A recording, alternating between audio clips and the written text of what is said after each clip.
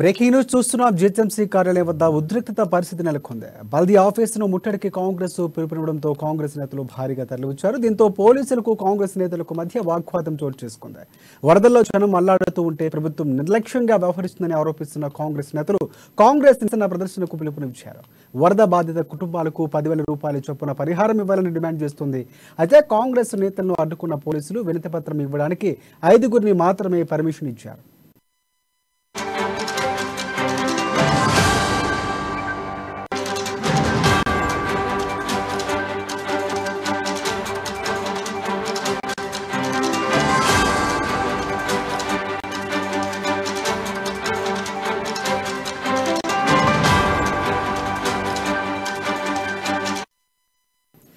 Breaking news చూస్తున్నాం. GHMC కార్యాలయం వద్ద ఉద్రిక్తత పరిస్థితి నెలకొంది. బల్దీ ఆఫీసును ముట్టడికి కాంగ్రెస్ పిలుపునివ్వడంతో కాంగ్రెస్ నేతలు భారీగా తరలివచ్చారు. దీంతో పోలీసులకు కాంగ్రెస్ నేతలకు మధ్య వాగ్వాదం చోటు చేసుకుంది.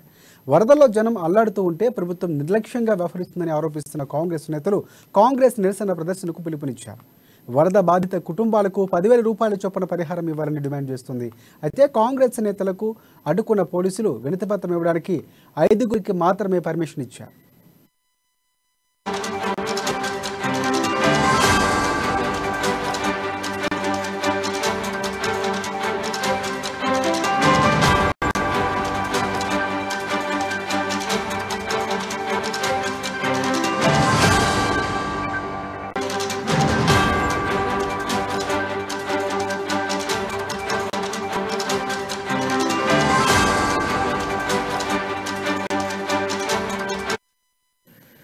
జీహెచ్ఎంసీ కార్యాలయం వద్ద ఉద్రిక్తత పరిస్థితి నెలకొంది. బల్దీ ఆఫీసును ముట్టడికి కాంగ్రెస్ పిలుపునివ్వడంతో కాంగ్రెస్ నేతలు భారీగా తరలివచ్చారు. దీంతో పోలీసులకు కాంగ్రెస్ నేతలకు మధ్య వాగ్వాదం చోటు చేసుకుంది. వరదల్లో జనం అల్లాడుతూ ఉంటే ప్రభుత్వం నిర్లక్ష్యంగా వ్యవహరిస్తుందని ఆరోపిస్తున్న కాంగ్రెస్ నేతలు నిరసన ప్రదర్శనకు పిలుపునిచ్చారు. వరద బాధిత కుటుంబాలకు 10,000 రూపాయల చొప్పున పరిహారం ఇవ్వాలని డిమాండ్ చేస్తుంది. అయితే కాంగ్రెస్ నేతలకు అడ్డుకున్న పోలీసులు వినతిపత్రం ఇవ్వడానికి 5గురికి మాత్రమే పర్మిషన్ ఇచ్చారు.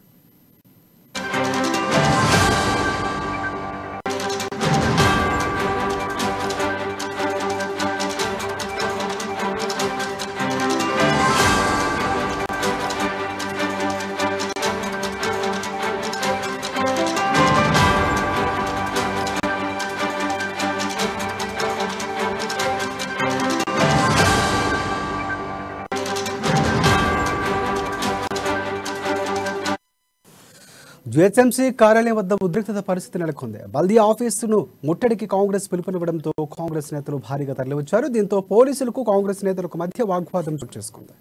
వరదలో జనం అల్లాడుతూ ఉంటే ప్రభుత్వం నిర్లక్ష్యంగా వ్యవహరిస్తుందని ఆరోపిస్తున్న కాంగ్రెస్ నేతలు నిరసన ప్రదర్శనకు పిలుపునిచ్చారు. వరద బాధిత కుటుంబాలకు 10,000 రూపాయల చొప్పున పరిహారం ఇవ్వాలని డిమాండ్ చేస్తున్నారు. అయితే కాంగ్రెస్ నేతలు అడ్డుకున్న పోలీసులు వినతిపత్రం ఇవ్వడానికి 5గురికి మాత్రమే పర్మిషన్ ఇచ్చారు. ఇంకా మరిన్ని అప్డేట్స్ మా ప్రతినిధి రాజు అందిస్తారు. రాజు, చెప్పండి. రాజశేఖర్, జిహెచ్ఎంసీ ఆఫీస్ దగ్గర ఉద్రిక్తమైన పరిస్థితి నెలకొని ఉంది. ఇక్కడ కాంగ్రెస్ పార్టీ ఆధ్వర్యంలో జిహెచ్ఎంసీ ఆఫీస్ ముట్టడించారు. ఏదైతే వరద ప్రభావిత ప్రాంతాలు ఉన్నాయో ఖచ్చితంగా వాళ్ళందరికీ 10,000 సహాయం చేయాలని చెప్పేసి కాంగ్రెస్ పార్టీ జిహెచ్ఎంసీ ఆఫీస్ ముట్టడికి పిలుపునివ్వడం జరిగింది. ఈ నేపథ్యంలోనే ఇక్కడికి కాంగ్రెస్ కార్యకర్తలు ఇక్కడ ఆల్రెడీ గన్పార్క్ దగ్గరికి వచ్చి కాంగ్రెస్ పార్టీ కార్యకర్తలు నేతలు కూడా గన్పార్క్ దగ్గర నుండి జిహెచ్ఎంసీ ఆఫీస్ ముట్టడిగా బయలుదేరారు. ఈ నేపథ్యంలోనే పోలీసులు కూడా భారీ బందోబస్తు ఏర్పాటు చేయడం జరిగింది. జిహెచ్ఎంసీ ఆఫీస్ చుట్టుపక్కల ప్రాంతాల్లో పోలీసులు భారీగా ఇక్కడ వచ్చారు. ఇక్కడ ఆల్రెడీ వాళ్ళు వచ్చినా కూడా చాలా మందిని రోడ్లపైన అరెస్ట్ చేసి తీసుకెళ్తున్న పరిస్థితి నెలకొని ఉంది. అయినప్పటికీ కాంగ్రెస్ పార్టీ నేతలు కార్యకర్తలు వాళ్ళందరూ కూడా పోలీస్ భయాన్ని ఛేదించుకుంటూ జిహెచ్ఎంసీ ఆఫీస్ వరకు రావడం జరిగింది. సో జిహెచ్ఎంసీ ఆఫీస్ ప్రధాన ద్వారం దగ్గర గేట్ దగ్గరకు వచ్చి వాళ్ళైతే ధర్నా చేస్తున్న పరిస్థితి ఉంది. ఇక్కడ ఉద్రిక్తమైన పరిస్థితి నెలకొని ఉంది. ఎక్కడికక్కడ అరెస్టులు కొనసాగుతూ ఉన్నాయి. వచ్చిన నేతలు వచ్చినట్టే నేతలు కార్యకర్తలు విద్యార్థి నేతలు ఎవరైతే యువ నేతలు ఉన్నారో వాళ్ళందరినీ కూడా అరెస్ట్ చేస్తా ఉన్నారు. మహిళా నేతలు కూడా రావడం జరిగింది. సో వాళ్ళందరినీ కూడా ఎక్కడికక్కడ అరెస్టులు చేస్తా ఉన్నారు. సో మరోవైపు తోపులాట జరుగుతూ ఉంది. ఖచ్చితంగా ప్రభుత్వం అందరికీ న్యాయం చేయాలి. సో వరద ప్రభావిత ప్రాంతాలకు 10,000 సాయం అందించాలి, ఈసారి కూడా అందించాలని చెప్పి సో వాళ్ళందరూ డిమాండ్ చేస్తా ఉన్నారు. ఒకవైపు తోపులాట జరుగుతూ ఉంది. సో ఇక్కడ జిహెచ్ఎంసీ ఆఫీసు ముందు అయితే ఉద్రిక్తమైన పరిస్థితి నెలకొని ఉంది. సో పోలీసులు అయితే ఎక్కడికక్కడ ఒకవైపు అందరినీ లాగేసుకుంటూ తీసుకొని వెళ్ళి పోలీస్ వ్యాన్ లో ఎక్కిస్తా ఉన్నారు. ఇప్పటికే 2 వాహనాల్లో ఎక్కించుకొని ఇక్కడ దగ్గరలో పోలీస్ స్టేషన్ తరలించడం జరిగింది. అయినప్పటికీ భారీగా చేరుకుంటున్న కాంగ్రెస్ పార్టీ కార్యకర్తలను కానీ నేతలను కానీ సో పోలీసులు కూడా నిలువరించలేకపోతున్నారు. అయినప్పటికీ కాంగ్రెస్ పార్టీ నేతలు కూడా తీవ్రంగా పోలీసులతో ప్రతిఘటిస్తా ఉన్నారు. సో మినిస్టర్ కేటీఆర్ డౌన్ ఇదేనా డల్లాస్ చెప్పింది, మీరు చెప్పిన డల్లాస్ ఇదేనా హైదరాబాద్ అని చెప్పి అందరూ కూడా డిమాండ్ చేస్తా ఉన్నారు. సో కొన్ని ప్లకార్డులు చేతిలో పట్టుకొని ఇక్కడ రోడ్డు పైన బైఠాయించడం జరిగింది. వాళ్ళందరూ కూడా ఒకటే చెప్తా ఉన్నారు, రాష్ట్ర వ్యాప్తంగా కురుస్తున్న భారీ వర్షాలకు ప్రజలందరూ ఇక్కడ కష్టకష్టాలు పడుతుంటే మీరు దొరలాగా బర్త్డేలు చేసుకుంటూ మీరు విందు రాజకీయాలు చేసుకుంటున్నారు అని చెప్పేసి విమర్శిస్తా ఉన్నారు. మరోపక్క ప్లకార్డులు పట్టుకొని ముఖ్యంగా పురపాలక శాఖ మంత్రి ఎవరైతే ఉన్నారో కేటీఆర్ కి వ్యతిరేకంగా నినాదాలు చేస్తా ఉన్నారు. సో అదేవిధంగా ప్రభుత్వం తక్షణమే 10,000 సాయం కూడా సరిపోవు పేదలకు, అయినప్పటికీ మినిమం 10,000 సాయం చేయాలి. సో ఎందుకు చేయరు? లాస్ట్ పోయినసారి ఇచ్చినప్పుడు జిహెచ్ఎంసీ ఎలక్షన్ లబ్ధి కోసమే ఏదైతే 10,000 అనౌన్స్ చేశారో అప్పుడు కూడా అందుకు ఇవ్వకుండా ఎలక్షన్ లబ్ధి కోసమే చేయడం జరిగింది. కనీసం ఆ విధంగానైనా ఈసారైనా కనీసం 10,000 ఇస్తే ఎవరైతే వరద ప్రభావిత ప్రాంతాలకు లాభం చేకూరుతుందని చెప్పి ప్రధానంగా చూసుకుంటే అంటే కాంగ్రెస్ పార్టీ ఏదైతే పిలుపునిచ్చిందో జిహెచ్ఎంసీ కార్యాలయం ముట్టడికి సంబంధించి ముఖ్య నేతలు ఎవరైనా కాంగ్రెస్ పార్టీకి సంబంధించి పాల్గొన్నారా? వారిని ఏమైనా అరెస్ట్ చేసినటువంటి పరిస్థితులు ఏమైనా అక్కడ ఉన్నాయా? ఉపాధ్యక్షుడు ఎవరైతే ఉన్నారో మల్లు రవి రావడం జరిగింది. అదేవిధంగా మాజీ ఎంపీ అంజన్ కుమార్ యాదవ్ కూడా రావడం జరిగింది. సో అదేవిధంగా యూత్ కాంగ్రెస్ నేతలు రావడం జరిగింది, మహిళా కాంగ్రెస్ నేతలు కూడా రావడం జరిగింది. అదేవిధంగా కాంగ్రెస్ పార్టీకి సంబంధించినటువంటి ఎవరైతే యువ నేతలు ఉన్నారో వారు కూడా రావడం జరిగింది, మహిళా నేతలు రావడం జరిగింది, విద్యార్థి నేతలు రావడం జరిగింది. భారీగా కార్యకర్తలు కూడా చేరుకున్నారు. ఈ నేపథ్యంలోనే ఇక్కడైతే జిహెచ్ఎంసీ ఆఫీస్ ముందు పరిస్థితి అయితే ఉద్రిక్తంగా నెలకొని ఉంది. పోలీసులు భారీగా మోహరించి ఎక్కడికక్కడ వీళ్ళందరినీ అయితే లాక్కెళ్లి అరెస్ట్ చేస్తా ఉన్న పరిస్థితి నెలకొని ఉంది. వాళ్ళందరూ కూడా ప్రభుత్వానికి వ్యతిరేకంగా ప్లకార్డులు పట్టుకొని నినాదాలు చేస్తా ఉన్నారు. సో ఇక్కడ పర్మిషన్ లేదు, ఇక్కడ కూర్చోవడానికి వీల్లేదు అని చెప్పి పోలీసులు ఒక పక్క వాళ్ళందరినీ కూడా లాగేసే ప్రయత్నం చేస్తా ఉన్నారు. అయినా కూడా కాంగ్రెస్ పార్టీ నేతలు తీవ్రంగా ప్రతిఘటిస్తా ఉన్నారు. సో విడతల వారీగా వస్తున్నారు. ఇప్పటికే 2 విడతల వారీగా కాంగ్రెస్ పార్టీ నేతలు వచ్చి ఇప్పటికే ముట్టడించడం జరిగింది జిహెచ్ఎంసీ ఆఫీసు. అయినప్పటికీ పోలీసులు అయితే భారీగా చేరుకొని ఇక్కడ కాంగ్రెస్ పార్టీ నేతలను అయితే ఇక్కడ చెదరగొడుతున్న పరిస్థితి అయితే కనిపిస్తుంది. మొత్తానికైతే పరిస్థితి అయితే జిహెచ్ఎంసీ ఆఫీస్ దగ్గర ఉద్రిక్తంగా ఉంది. రాజశేఖర్, ప్రధానంగా చూసుకుంటే కాంగ్రెస్ పార్టీకి సంబంధించినటువంటి ముందు నుంచి కూడా ప్రభుత్వ వైఫల్యం ఎండగడుతున్నటువంటి పరిస్థితి కనిపిస్తుంది. నిన్న జరిగినటువంటి సీతక్క ఇష్యూ హెలికాప్టర్ పంపించమని వేడుకున్నటువంటి పరిస్థితి కూడా మనం విజువల్స్లో చూస్తాం. అంటే కాంగ్రెస్ పార్టీకి సంబంధించినటువంటి పూర్తిగా బర్త్డేస్ చేసుకుంటున్నారు, వేడుకలు చేసుకున్నారు తప్ప ప్రజలు గోసపడుతూ ఉంటే వారు ప్రాణాలు అరచేతిలో పెట్టుకొని దినదినం గండంగా బతుకుతున్నటువంటి పరిస్థితులు, అంటే విస్తృతంగా పడుతున్నటువంటి వర్షాల నేపథ్యంలో కానీ ఎక్కడ స్పందించినటువంటి పరిస్థితి లేదని కూడా గగ్గోలు పెడుతున్నటువంటి పరిస్థితి. కానీ పూర్తిగా కేటీఆర్ ఎక్కడ కూడా స్పందించినటువంటి పరిస్థితి కనిపిస్తుంది. ఈ అంశంలో ఈరోజు ఏదైతే జిహెచ్ఎంసీ కార్యాలయం ముట్టడికి ప్రయత్నించినటువంటి కాంగ్రెస్ పార్టీకి సంబంధించిన ముఖ్య నేతలు ఎవరైనా పాల్గొన్నారా? ఇదే క్రమంలో అక్కడ ఉన్నటువంటి జిహెచ్ఎంసీ అధికారులు ఏమంటున్నారు? జిహెచ్ఎంసీ అధికారులు అయితే లోపలికి రానివ్వడం లేదు. ఇక్కడ గేట్లు వేసి పోలీసులు మొత్తం బార్కెట్లు పెట్టి అడ్డంగా నిలబడ్డారు. ముఖ్య నేతలు అంటే మల్లు రవి కావచ్చు, అంజన్ కుమార్ యాదవ్ కావచ్చు, అలాగే పిసిసి మాజీ ఉపాధ్యక్షులు కావచ్చు, అధికార ప్రతినిధులు కూడా హాజరవ్వడం జరిగింది. మహిళా నేతలు కూడా హాజరవ్వడం జరిగింది. అయితే వాళ్ళందరూ కూడా డిమాండ్ చేస్తా ఉన్నారు. నిన్న మనం చూసాము Congress party MLA Mulugu MLA Seethakka కంటతడి పెట్టిన పరిస్థితి ఉంది. అక్కడ వాళ్ళ నియోజకవర్గంలో ప్రజలు ఎవరైతే ఉన్నారో వాళ్ళందరూ లోతట్టు ప్రాంతాల్లో జలమయమైపోయారు. మాకు హెలికాప్టర్ కావాలని చెప్పి కేంద్ర రాష్ట్ర ప్రభుత్వాలను కూడా వాళ్ళు డిమాండ్ చేసిన పరిస్థితి ఉంది, రిక్వెస్ట్ చేసిన పరిస్థితి ఉంది. సో మీడియా సమావేశంలోనే ఆవిడ కంటతడి పెట్టుకున్న పరిస్థితి ఉంది. ఈ నేపథ్యంలోనే కేంద్ర రాష్ట్ర ప్రభుత్వాలు స్పందించాలని చెప్పి వేడుకున్న పరిస్థితి ఉంది. అంటే ఇక్కడ మనం చూడవచ్చు ఏ విధంగా ఉంది. ఐటీ మినిస్టర్ కావచ్చు, లేదంటే ఇక్కడ రాష్ట్ర ప్రభుత్వం కానీ వరద సహాయ ప్రాంతాలు కావచ్చు, లేదంటే ఈ వర్షానికి ఎఫెక్టెడ్ అంటే ఏ విధమైన వీళ్ళు ప్రికాషన్ తీసుకుంటున్నారు, చర్యలు తీసుకుంటున్నారు అని చెప్పి సో ఇవే అడ్డం పడుతున్నాయని చెప్పి సో ఇక్కడ కాంగ్రెస్ పార్టీ నేతలు కూడా విమర్శిస్తున్న పరిస్థితి ఉంది. రాజశేఖర్, ముందు నుంచి కూడా ఐఎండీ కానీ లక్నౌ శాఖ కానీ హెచ్చరిస్తున్నటువంటి పరిస్థితి కనిపిస్తుంది. ముందు నుంచి దాదాపుగా మనం ములుగు చూసుకుంటే లక్ష్మీపురం సంబంధించి 63.7 సెంటీమీటర్ల వరకు వర్షం పడినటువంటి 27 ఏళ్ళ తరువాత అంత భారీ వర్షం రికార్డు స్థాయిలో నమోదైనటువంటి పరిస్థితి కనిపిస్తుంది. అంటే మొత్తం వ్యవహారం తెలిసినప్పుడు కూడా ప్రభుత్వం ముందస్తు చర్యలు తీసుకోవడంలో అధికారులు కానీ ప్రభుత్వ యంత్రాంగం కానీ విఫలమైంది అనుకోవచ్చు మనం. ఖచ్చితంగా రాజశేఖర్, ఇక్కడ అధికార యంత్రాంగం అయితే ఖచ్చితంగా ముందస్తు చర్యలు తీసుకోవడంలో విఫలమైందని చెప్పి ప్రతిపక్షాలు విమర్శిస్తా ఉన్నాయి. ఎందుకంటే మనం చూడొచ్చు వాతావరణ శాఖ అధికారులు కూడా 10-15 రోజుల ముందే హెచ్చరిస్తా ఉన్నారు. భారీ వర్షాలు ఉంటాయి, అతి భారీ వర్షాలు ఉంటాయి. సో ఏ జిల్లాలకు ఎక్కువ వీటి యొక్క ప్రభావం ఉంటుందని చెప్పి కూడా క్లిస్టర్ క్లియర్ గా వాళ్ళు చెప్పడం జరిగింది. అయినప్పటికీ సో వీళ్ళు ముందు జాగ్రత్తగా రివ్యూలు అయితే పెట్టని పరిస్థితి ఉంది. సో అయితే ఈ నేపథ్యంలోనే సో అధికారులు అలసత్వం అనవచ్చు, లేదంటే ప్రభుత్వం యంత్రాంగం కూడా ముఖ్యంగా పురపాలక శాఖ మంత్రి ఐటీ మినిస్టర్ అయితే కేటీఆర్ ఉన్నారో సో ఆయన కూడా దీన్ని పట్టించుకోలేదు సరిగా అని చెప్పి ప్రతిపక్షాలు విమర్శిస్తా ఉన్నాయి. ఒకవేళ ముందు జాగ్రత్తలు చర్యలుగా తీసుకుని ఉంటే ముందే 2-3 రివ్యూలు నిర్వహించి ఎక్కడికెక్కడ ఏర్పాట్లు కానీ అధికార యంత్రాంగాన్ని కానీ సిద్ధం చేసి ఉంటే ఇట్లాంటి పరిస్థితి వచ్చేది కాదు. ఇంత నష్టం, ఆస్తి నష్టం కానీ ఇంత వరద ప్రభావిత ప్రాంతాలకు కానీ నష్టానికి గురయ్యేవారు కాదు అని చెప్పి కూడా కాంగ్రెస్ పార్టీ విమర్శిస్తా ఉంది. సో ఇంకొకటి వీళ్ళు అంటున్నారు, ఐటీ మినిస్టర్ కానీ పురపాలక శాఖ మంత్రి కేటీఆర్ కేవలం హైదరాబాద్ లో కూర్చొని చేస్తే కాదు, క్షేత్ర లెవెల్లోకి అంటే ఫీల్డ్ లెవెల్తో వెళ్తే గానీ అర్థమవుతుంది, ప్రజల బాధ అర్థమవుతాయి అని చెప్తా ఉన్నారు. అదేవిధంగా నిన్న కేటీఆర్ మీడియాతో మాట్లాడుతూ పోయిన సంవత్సరానికి ఈ సంవత్సరానికి వరదలు అంత ప్రభావం, అంత ఇబ్బందులు లేవని చెప్పి ఏదైతే మాట్లాడడం జరిగిందో వాటిపై కూడా విమర్శలు చేస్తా ఉన్నారు వీళ్ళందరూ కూడా. ఒకసారి కేటీఆర్ అక్కడికి జిల్లాలోకి వెళ్ళి చూస్తే గానీ తెలుస్తుంది, అంతేగాని ఇక్కడ ఏసీ గదుల్లో కూర్చొని ఉంటే తెలియదని చెప్పి తీవ్రంగా విమర్శిస్తా ఉన్నారు.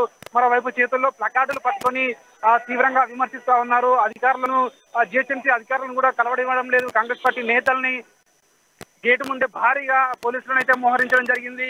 ఎక్కడికక్కడ అడ్డుకుంటున్నారు. తో వీళ్ళందరూ లాగేసి పోలీస్ జీప్ లో ఎక్కించేసి అరెస్టులు అయితే చేస్తా ఉన్నారు. ఎవరిని కూడా మీడియాతో కూడా సరిగ్గా మాట్లాడలేదు, లాగేసుకొని వెళ్తున్నారు.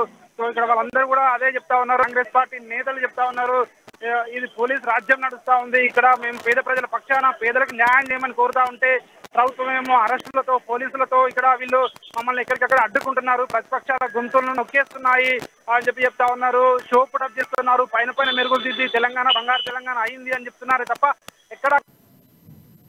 రైట్, ఇంకోటి రాజు అంటే ఇక్కడ జరుగుతున్న విజువల్స్లో చూస్తున్నాం, తండోపతండాలుగా జనం వస్తున్నటువంటి పరిస్థితి. కాంగ్రెస్ పార్టీకి సంబంధించినటువంటి కార్యకర్తలు కానీ చాలా విస్తృతంగా వైపు వర్షాలు పడుతున్నా కూడా వాతావరణంలో మార్పు ఉన్నప్పుడు కూడా లెక్క చేయకుండా వచ్చినటువంటి పరిస్థితి కనిపిస్తుంది. అంటే ప్రధానంగా కాంగ్రెస్ పార్టీ ఈరోజు జిహెచ్ఎంసీ కార్యాలయం ముట్టడి నేపథ్యంలో ఎలాంటి ప్రశ్నలు, డిమాండ్లు చేస్తూ ఉంది ప్రభుత్వానికి సంబంధించినటువంటి ఎలాంటి రక్షణ చర్యలు చేపట్టాలని డిమాండ్ చేస్తున్నటువంటి పరిస్థితి ఉంది. వాళ్ళు ప్రధానంగా ఒకటే డిమాండ్ చేస్తున్నారు రాజశేఖర్. వాళ్ళందరూ కూడా ప్రస్తుతం ఇప్పుడు ఎవరైతే ఎఫెక్టెడ్ ఏరియాస్ ఉన్నారో లోతట్టు ప్రాంతాల్లో కానీ ఇక్కడ మొత్తానికి అందరికీ కూడా ప్రతి ఒక్కరికి 10,000 సహాయం చేయాలని డిమాండ్ చేస్తా ఉన్నారు. అదేవిధంగా మంత్రులు ఎవరైతే ఉన్నారో ముఖ్యంగా కేటీఆర్ కానీ ఇతర మంత్రులు, ప్రభుత్వ నేతలు ఎవరైతే ఉన్నారో వాళ్ళందరూ కూడా ఫీల్డ్ లెవెల్కి వెళ్ళాలి. సో అక్కడ ప్రజల బాధలను అందరినీ చూడాలి, వాళ్ళందరికీ అంటే ఎవరెవరు ఏ విధంగా నష్టపోతున్నారో చూడాలి. అదేవిధంగా ఎక్కడైతే హెలికాప్టర్లు అవసరం ఉంటాయో అక్కడ హెలికాప్టర్లు కూడా అందించాలి. చాలా మంది ఇప్పటికే వాళ్ళ ఇళ్లలో నీళ్ళు వచ్చి వాళ్ళు అన్నం కూడా తినని పరిస్థితి ఉంది. ఈ నేపథ్యంలో వాళ్ళకు పునరావాస కేంద్రాలు ఏర్పాటు చేయాలి, వాళ్ళకు భోజన సౌకర్యం ఏర్పాటు చేయాలి, ప్రాణ నష్టం లేకుండా చూడాలని చెప్పి చెప్తా ఉన్నారు. ఇప్పటికే ఉమ్మడి వరంగల్ జిల్లాలో కొంతమంది వాళ్ళు గల్లంత అయినట్టు కూడా వార్తలు వస్తున్న నేపథ్యంలో సో వాళ్ళందరూ చెప్తా ఉన్నారు, ఇలాంటి పరిస్థితి తలెత్తకుండా ఉండాలంటే ఖచ్చితంగా ఇప్పటికిప్పుడు ప్రభుత్వ యంత్రాంగం అంతా క్షేత్ర లెవెల్లోకి వెళ్ళి వాళ్ళందరూ కూడా ప్రజలకు మద్దతుగా ఉండాలి. అదేవిధంగా 10,000 సాయం ఏదైతే ఉందో ఖచ్చితంగా 10,000 సాయం చేసే వరకు కూడా మేము డిమాండ్ చేస్తామని చెప్పి ప్రధానమైన డిమాండ్ చేస్తా ఉన్నారు. అదేవిధంగా ఇదేనా డల్లాస్ గత 9 సంవత్సరాలుగా చేస్తా ఉన్నారు, హైదరాబాద్ డల్లాస్ చేస్తా అన్నారు. ఏది మరి డల్లాస్ చిన్న వర్షానికే ఈ విధంగా. రైట్ రాజు, ఇంకొకటి అంటే ప్రతి ఏడాది కూడా మనకి వర్షాలు సర్వసాధారణంగా రావటం యథా రాజా తదా ప్రజా ఒక రీతిలో అంటే వస్తున్నటువంటి పరిస్థితి కనిపిస్తూ ఉంది. సేమ్ అదే ఆ టైంలో సమీక్షలు నిర్వహించడం, నేను కేసీఆర్ నిర్వహించినటువంటి సమీక్ష సమావేశం కానీ నిర్వహించడం తూతూ మంత్రంగా ప్రజలకు ఏవో ఆదేశాలు ఇవ్వడం, అధికారులకు సంబంధించి ఆదేశాలు ఇవ్వడం జరుగుతుంది తప్ప శాశ్వత పరిష్కారం. నాకు కొన్ని గేట్లు కడెం ప్రాజెక్ట్ సంబంధించి దాదాపుగా 18 గేట్లు 16 గేట్లు తెరుచుకునే పరిస్థితి చాలా టెక్నికల్గా ప్రాబ్లం వచ్చింది. గత ఏడాది వచ్చిన సమస్య ఇప్పుడు మళ్ళీ పునరావృతం కావడం, పూర్తి స్థాయిలో పటిష్టంగా అంటే వర్షాకాలం ముందొస్తుంది అన్నటువంటి నేపథ్యంలో ఎక్కడ కూడా ముందస్తుగా అధికారులు చర్యలు తీసుకునే పరిస్థితి మనకు స్పష్టంగా అర్థమవుతుంది. వాగులు వంకలు తెగిపోతున్నాయి, చాలా మంది నిరాశ్రయాలుగా రాత్రి మొత్తం బిక్కుమంటూ గడిపినటువంటి పరిస్థితులు మనం మీడియా ముఖంగా చూస్తున్నటువంటి పరిస్థితి. ఇంత జరుగుతూ ఉండగా ప్రభుత్వం పూర్తిగా గతం కంటే కూడా ఇప్పుడు తక్కువగా నష్టం జరిగిందని చెప్పడం ఏ విధంగా చూడొచ్చు అంటారు? ఈ నేపథ్యంలో కాంగ్రెస్ పార్టీ ఈరోజు అయితే జిహెచ్ఎంసీ కార్యాలయం ముట్టడి నేపథ్యంలో భవిష్యత్తు కార్యాచరణ ఎలా ఉండబోతుందని ప్రకటించే ప్రయత్నం చేసిందా?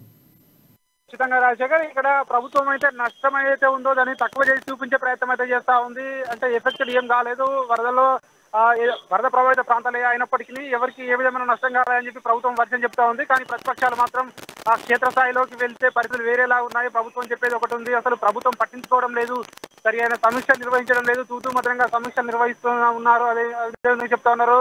క్షేత్ర లెవెల్లో ఎవరు అధికారులు కూడా కొందరు అయితే అందుబాటులో ఉండడం లేదని చెప్తారు. ఏదో టోల్ ఫ్రీ నెంబర్లు ఏర్పాటు చేస్తాం, అది కూడా జిహెచ్ఎంసీ వరకు అని చెప్తా ఉన్నారు. ఆ టోల్ ఫ్రీ నెంబర్లకు ఫోన్ చేస్తే వస్తాము చూస్తామంటున్నారు. కొందరు వచ్చి చూసి వెళ్తున్నారు కానీ వాళ్ళ సమస్యను అయితే ఎవరు పరిష్కరించడం లేదని చెప్తా ఉన్నారు. మరోపక్క మనం నిన్న కడెం ప్రాజెక్ట్ ఏదో చూసినట్టయితే దాన్ని 4 గేట్లు కూడా తెరుచుకోలేదు. సో అంటే ప్రభుత్వం లాస్ట్ ఇయర్ వచ్చిన సమస్యనే ఈ సంవత్సరం కూడా రావడం జరిగింది. అంటే మధ్యలో వేసవికాలం వచ్చినప్పుడు దాని యొక్క మెయింటెనెన్స్ ఎందుకు చేయడం లేదు అని చెప్పి కూడా కాంగ్రెస్ పార్టీ డిమాండ్ చేస్తా ఉంది. అంటే ప్రాజెక్టుల మెయింటెనెన్స్ చేయకుండా మెయింటెనెన్స్ చేపించినట్టు బిల్లులు మాత్రం చూపిస్తా ఉన్నారు. కానీ నిజంగా వాటిని మెయింటెనెన్స్ చేయడం అసలు ప్రభుత్వం పట్టించుకోవడం లేదని చెప్పి చెప్తా ఉంది. ఈ నేపథ్యంలోనే మరోపక్క ఇప్పుడు కాళేశ్వరం అయితే ప్రభుత్వం అత్యంత గొప్పగా చెప్పుకుంటుందో, కాళేశ్వరం ప్రాజెక్టు బ్యాక్ వాటర్ తో ఇప్పటికే 800 ఎకరాల్లో పంట నష్టపోయినట్టు కూడా అక్కడి నుంచి వార్తలు వస్తా ఉన్నాయి. సో అవన్నీ కూడా కాంగ్రెస్ పార్టీ నేతలు విమర్శిస్తా ఉన్నారు. సో వీళ్ళందరూ కూడా ఎవరైతే పెట్టుబడిదారులకు కానీ లేదంటే భూస్వాములకు కానీ ఉపయోగపడే విధంగా ఉంది ఈ పరిపాలన. కానీ పేద ప్రజలకు ఎక్కడా కూడా ఉపయోగపడేలా పరిపాలన సాగడం లేదు. రాష్ట్రంలో మొత్తం వీళ్ళే కుటుంబ పాలన కొనసాగుతుంది, ప్రజా వ్యతిరేక పాలన కొనసాగుతుంది. ఇదేనా విశ్వనగరం అంటూ కూడా తీవ్ర స్థాయిలో విమర్శలు చేస్తా ఉన్నారు. సో వాళ్ళందరూ కూడా ఇక్కడికక్కడ అరెస్టులు చేసి ఇక్కడ నుండి తరలిస్తున్న పరిస్థితి ఉంది. Rajasekhar, thanks for updates Raju.